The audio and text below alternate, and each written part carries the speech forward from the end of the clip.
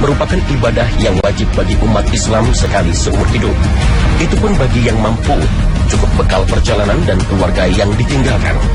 Sehingga di antara rukun Islam yang lain, haji merupakan ibadah yang paling jarang dilakukan. Sehingga wajar kemudian banyak pertanyaan tentang pelaksanaan ibadah ini. Apalagi haji hanya bisa dilakukan di satu tempat, yaitu Tanah Suci Mekah, yang sudah tentu cukup asing bagi kebanyakan jamaah haji yang datang dari seluruh penjuru dunia. Selama ini mereka hanya mendengar atau membaca dari berbagai penjelasan, baik lewat media ataupun para ustaz pembimbing. Pemirsa, kali ini Khazanah menghimpun beberapa permasalahan yang sering menimbulkan kebingungan di kalangan jamaah.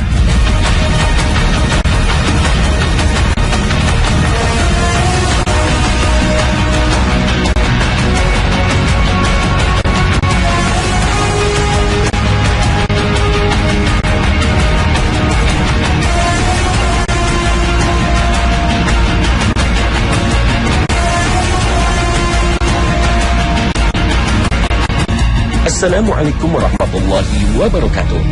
Selamat pagi pemirsa Trans 7. Pagi ini Khazanah kembali menyajikan kepada Anda embun-embun ilmu yang terpendam dalam luasnya Khazanah Islam. Hal yang cukup sering menimbulkan polemik dalam pelaksanaan ibadah haji adalah persoalan miqat. Para jamaah haji Indonesia, khususnya gelombang kedua, biasanya diarahkan untuk melakukan ihram dari Jeddah. Padahal sebagaimana dijelaskan di dalam hadis Nabi SAW tentang miqat, Jeddah bukanlah termasuk salah satu miqat. Lalu bagaimana hukumnya? Miqat artinya tempat atau waktu untuk memulai ihram. Di tempat ini jamaah haji atau umrah mengawali melepaskan pakaian sehari-hari lalu mengenakan pakaian ihram. Ada dua jenis miqat. Pertama, miqat zamani, yaitu waktu-waktu untuk ihram yang dikenal dengan bulan-bulan haji, yaitu bulan Syawal sampai 10 Zulhijjah, sebagaimana disebut athar dari Ibnu Umar. Bulan-bulan haji adalah bulan Syawal, Zulqa'dah, dan 10 hari pertama dari Zulhijjah. Ibnu Abbas mengatakan merupakan sunnah adalah agar tidak berihram haji kecuali dalam bulan-bulan haji. Hadis riwayat Bukhari.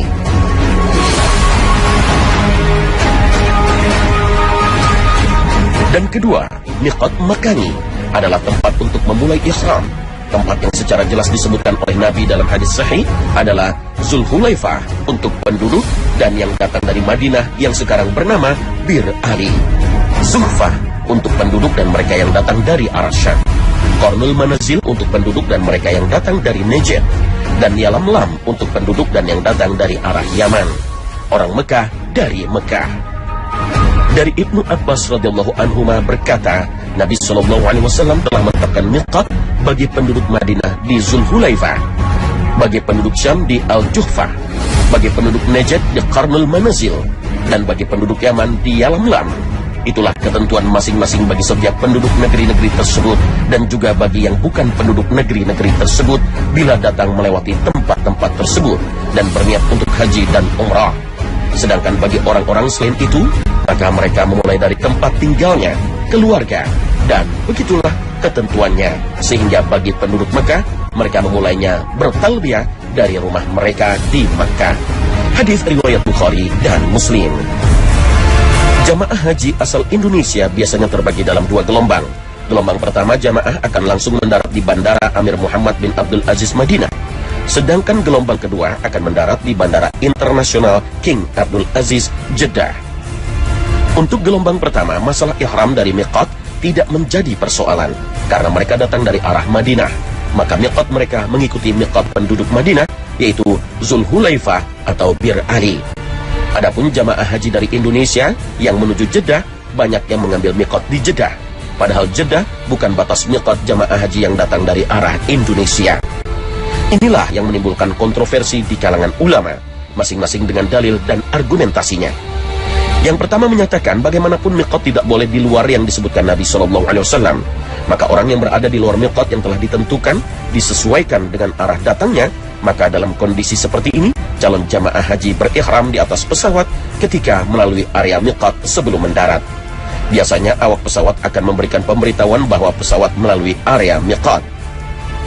Dan sebelum berangkat, calon jamaah haji telah mengenakan pakaian ihram, jadi tidak repot berganti pakaian di atas pesawat. Cukup dengan berniat dan labbaik Allahumma umratan, karena jamaah haji Indonesia berhaji tamattu lalu bertalbiyah. Sedangkan pendapat kedua menyatakan bahwa calon jamaah haji gelombang kedua boleh mengambil miqat dan berihram di Jeddah atau setelah mendarat di Bandara King Abdul Aziz Jeddah. Lokasi bandara yang lebih dari 2 marhalah dari Mekah memenuhi syarat sebagai tempat miqat. Dasar penetapan berdasarkan garis sejajar antara Juhfah dengan Yalamlam. Hal ini ditarik sebagaimana yang ditetapkan Umar Ibn Khattab yang menetapkan Zatu Irqin sebagai miqat berdasarkan garis sejajar dari Qarn Manazil dengan Zulhulaifah. Fatwa MUI tanggal 28 Maret 1980 dan 19 September 1981 juga membenarkan jamaah haji Indonesia yang dari Jeddah ke Mekah mengambil miqat di Bandara King Abdul Aziz, Jeddah. Kedua pendapat ini, baik miqat dari pesawat maupun di Bandara Jeddah, kedua-duanya adalah hasil ijtihad. Apalagi ihram di atas pesawat juga tidak bisa dipastikan posisinya, apakah betul-betul telah sesuai miqat yang dilalui. Ada yang mengatakan kira-kira 1/4 jam sebelum landing, ada yang mengatakan kira-kira 20 menit atau kira-kira 25 menit, dan ada juga pendapat kira-kira 30 menit sebelum pesawat mendarat di Bandara King Abdul Aziz. Semuanya kira-kira. Dengan kecepatan rata-rata pesawat udara 575 mil atau 920 km per jam. Selisih waktu semenit saja dapat menyebabkan perbedaan lebih dari 15 km. Karenanya, tak boleh saling menyalahkan satu dengan yang lain. Jalankan sesuai keyakinan. Ulama sepakat bahwa al-ijtihadu la yunqadu bil ijtihad. Artinya, hasil ijtihad seseorang atau kelompok tidak bisa digugurkan dengan hasil ijtihad lainnya.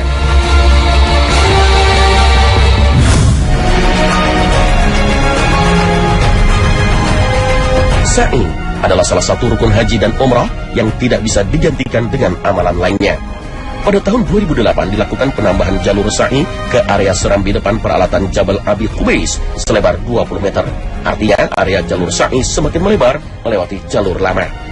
Kebijakan pelebaran ini diambil pemerintah Arab Saudi dengan tujuan memberikan pelayanan terbaik kepada tamu-tamu Allah, sekaligus guna menghindari kepadatan para jamaah saat melakukan ibadah sa'i. Efeknya menimbulkan keresahan bagi para jamaah haji tentang kedudukan hukum sah tidaknya haji dan umrah. Di kalangan ulama Saudi sendiri, tempat sa'i baru ini menjadi kontroversi. Bahkan mayoritas anggota Dewan Ulama Senior memandang tidak sah sa'i di tempat yang baru tersebut.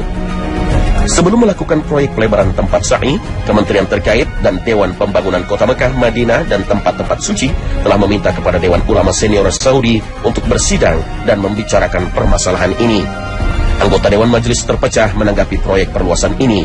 Ada yang mendukung, ada yang menolak. Mendiang Raja Abdullah memanggil 10 orang saksi yang pernah menyaksikan kawasan Safa dan Marwah sebelum diubah oleh Raja Saud bin Abdul Aziz dahulu.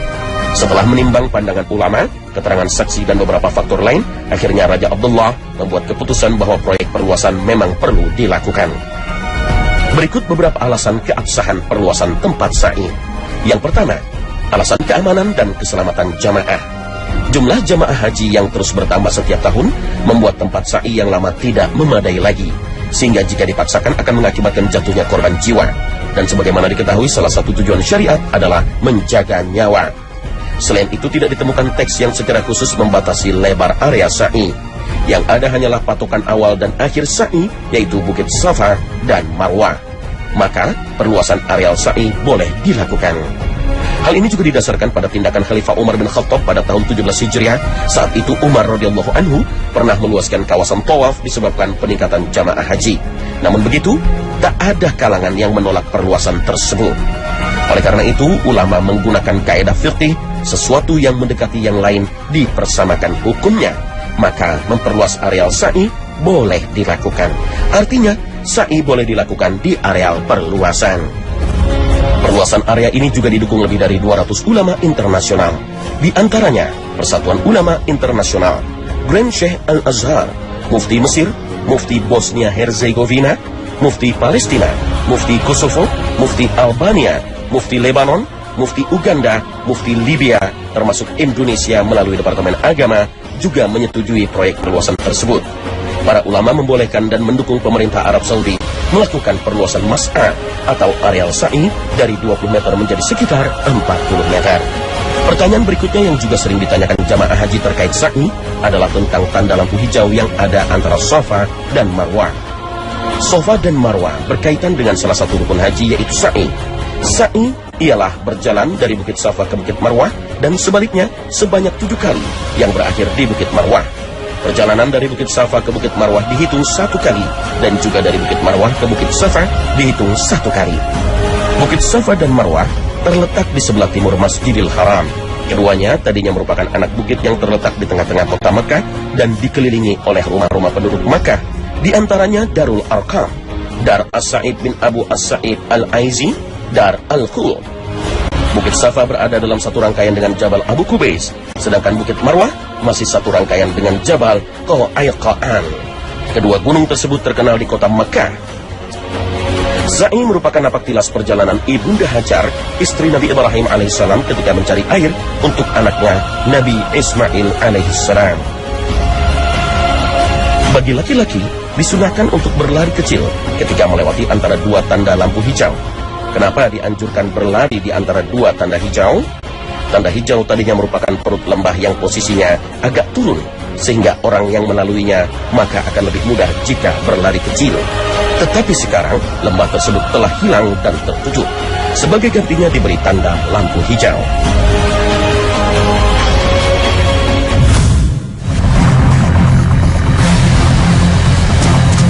Persoalan lain yang menimbulkan tanya adalah terkait dengan perluasan areal Mina, yaitu tempat mabit atau berdiam diri dalam prosesi ibadah haji.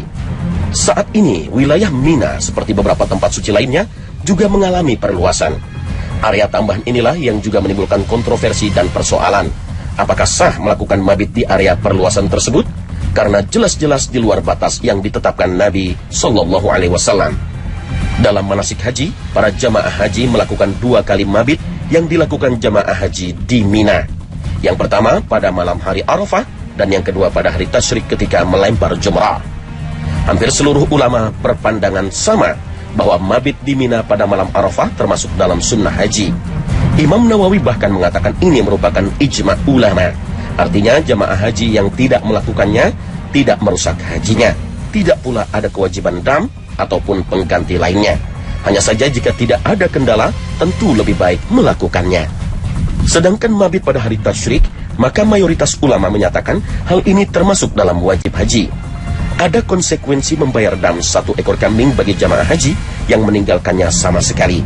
Sedangkan bagi yang meninggalkan 1 malam, maka baginya membayar 1 mud beras atau makanan pokok lainnya.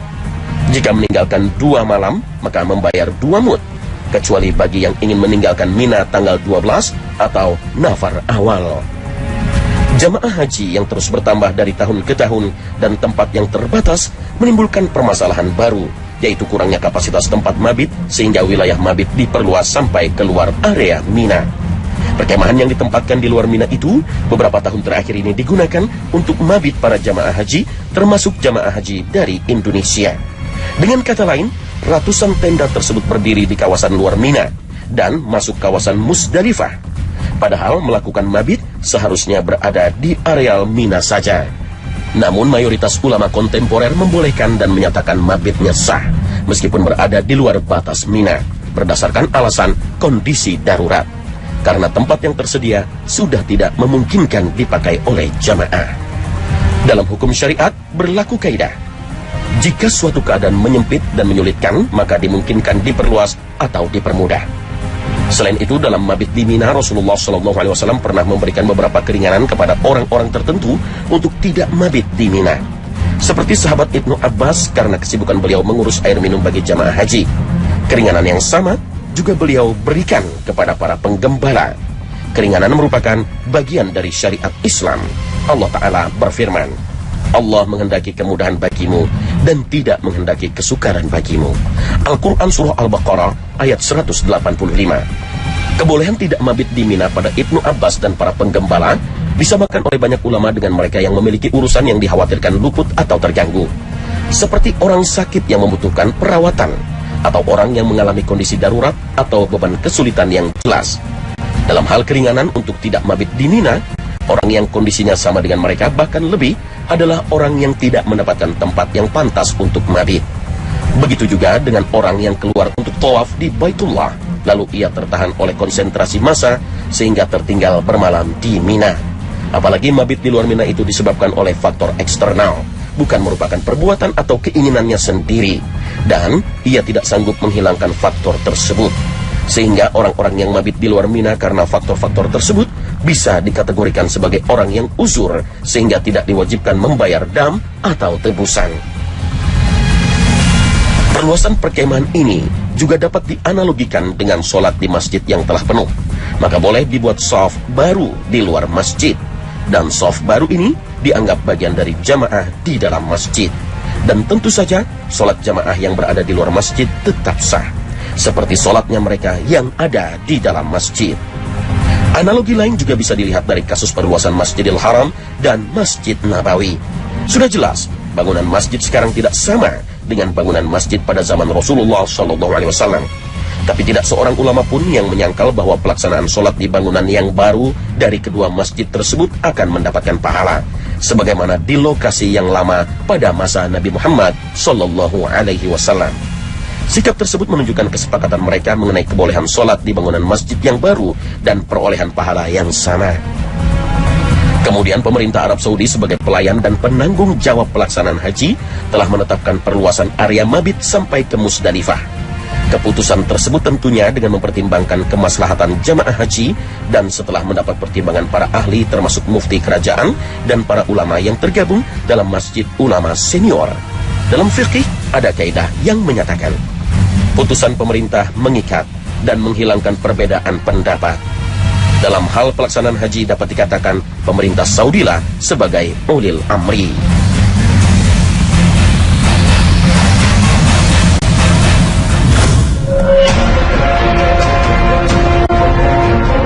Pertanyaan lain yang sering mengemuka adalah terkait umrah berkali-kali dalam satu kali perjalanan ke Mekah. Jamaah haji Indonesia biasanya berada di Mekah selama 40 hari, sedangkan pelaksanaan haji hanya beberapa hari saja. Jadi para jamaah haji punya banyak waktu luang untuk melaksanakan umrah berkali-kali. Mereka bisa leluasa melakukan umrah berkali-kali, cukup dengan berangkat dari pemondokan ke miqat di Tan'im atau Ja'ranah, lalu mengawali umrahnya dari tempat itu. Tidak hanya di musim haji, pada hari-hari biasa pun praktek umrah seperti ini banyak dilakukan. Lalu apa hukumnya? Apakah benar tidak ada tuntunan demikian dari Rasulullah SAW? Hal serupa ini sebenarnya tidak ada masalah. Tidak ada larangan untuk umrah berkali-kali. Bahkan dalam hadisnya Rasulullah SAW menganjurkan untuk memperbanyak umrah tanpa terikat waktu. Artinya, baik dilakukan dalam satu kali perjalanan atau berkali-kali. Rasulullah SAW bersabda, dari satu umrah ke umrah lainnya menjadi penghapus dosa di antara keduanya. Hadis riwayat Bukhari dan Muslim. Imam Ibnu Hajar dalam mengomentari hadis tentang umrah mengatakan bahwa hadis tersebut menunjukkan anjuran untuk banyak berumrah. Ini juga menjadi jawaban bagi yang berpandangan bahwa makruh berumrah lebih dari satu kali dalam setahun atau lebih dari satu kali dalam satu bulan. Mereka beralasan bahwa Nabi SAW hanya melakukan umrah setahun satu kali, dan perbuatan Rasulullah menunjukkan wajib atau sunnah. Maka perlu kita jelaskan bahwa hal yang sunnah tidak terbatas pada perbuatan Nabi SAW. Boleh jadi beliau meninggalkan sesuatu yang dianjurkan karena tidak ingin memberatkan umatnya. Akan tetapi hal tersebut tetap dianjurkan melalui sabdanya tanpa ada ikatan waktu. Jadi waktu pelaksanaan umrah tidak ditentukan secara khusus. Umrah dapat dilakukan kapan saja, baik pada musim haji maupun di luar bulan-bulan haji. Sehingga bagi orang yang memiliki kemampuan, baik secara finansial, fisik maupun transportasi, dapat melakukan kapan saja. Tentu saja dengan memperhatikan kewajiban-kewajiban yang lain, baik kepada keluarga, kerabat maupun lingkungan sosialnya, sehingga ia tidak hanya mementingkan dirinya sendiri namun juga orang lain. Apalagi jika ia sudah berkali-kali melaksanakan umrah dengan kemampuan materi yang dimilikinya, maka alangkah baiknya jika ia mengajak atau memberikan bantuan kepada orang lain untuk melaksanakannya. Dan hal tersebut tidak akan mengurangi pahala dan kebaikan yang akan didapatkannya.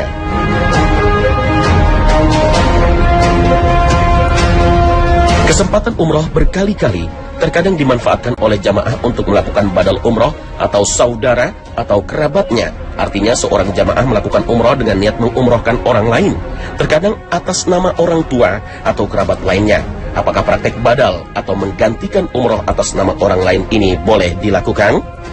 Secara umum, para ulama membenarkan adanya badal umroh meskipun ada perbedaan di antara mereka tentang detailnya. Karena umroh seperti haji bisa dibadalkan atau digantikan. Yang diprioritaskan untuk dibadalkan adalah umroh yang wajib, yang menjadi tanggungan bagi orang yang sudah meninggal, baik wajibnya tersebut karena wasiat atau karena nazar. Sedangkan bagi orang yang hidup, hanya boleh dilakukan jika orang tersebut tidak mampu melaksanakan umrah karena sakit misalnya.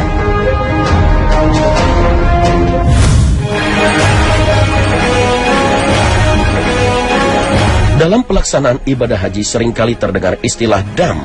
Istilah ini cukup akrab jika ada pelanggaran atau hal wajib yang ditinggalkan. Apa sebenarnya dam dan bagaimana ketentuannya? Dam menurut bahasa artinya darah. Sedangkan menurut istilah yaitu mengalirkan darah atau menyembelih ternak dalam rangka memenuhi ketentuan manasik haji. Orang yang berhaji tamattu maupun berhaji qiran, sedang ia bukan penduduk tanah suci Makkah, maka ia wajib menyembelih dam, yaitu 1 kambing atau 1/7 unta atau 1/7 sapi. Dam wajib didapatkan dari harta yang halal dan hasil usaha yang baik. Dam terdiri dari 2 jenis. Pertama, dam nusuk, yaitu dam yang dikenakan bagi orang yang mengerjakan haji tamattu atau qiran. Artinya kewajiban dam ini bukan karena melakukan kesalahan. Para jamaah haji Indonesia selalu melakukan haji ini karena melepaskan pakaian ihram setelah umrah. Kemudian setelah waktu memasuki hari Arafah, kembali mengenakan ihram. Jenis kedua, dam isa'ah, yaitu dam yang dikenakan bagi orang yang melanggar aturan atau melakukan kesalahan, baik melanggar aturan ihram haji atau umrah, atau meninggalkan salah satu wajib haji atau umrah seperti tidak berihram, niat dari mikot, tidak mabit di Musdalifah, tidak mabit di Mina, tidak melontar jumrah, dan tidak tawaf wada. Hewan yang disembelih untuk ketentuan dam adalah hewan ternak sesuai dengan ketentuan hewan kurban. Jika tidak mampu, maka ia wajib berpuasa 3 hari pada masa-masa melakukan haji dan 7 hari lagi setelah kembali ke tanah air. Puasa 3 hari pada saat melaksanakan ibadah haji tersebut boleh dilakukan sebelum hari nahar atau pada 3 hari tasyrik. Apabila puasa 3 hari di Mekah tidak dapat dilaksanakan karena suatu hal, maka harus diqadha atau diganti sesampainya di kampung halaman dengan ketentuan puasa 3 hari dengan 7 hari dipisahkan 4 hari.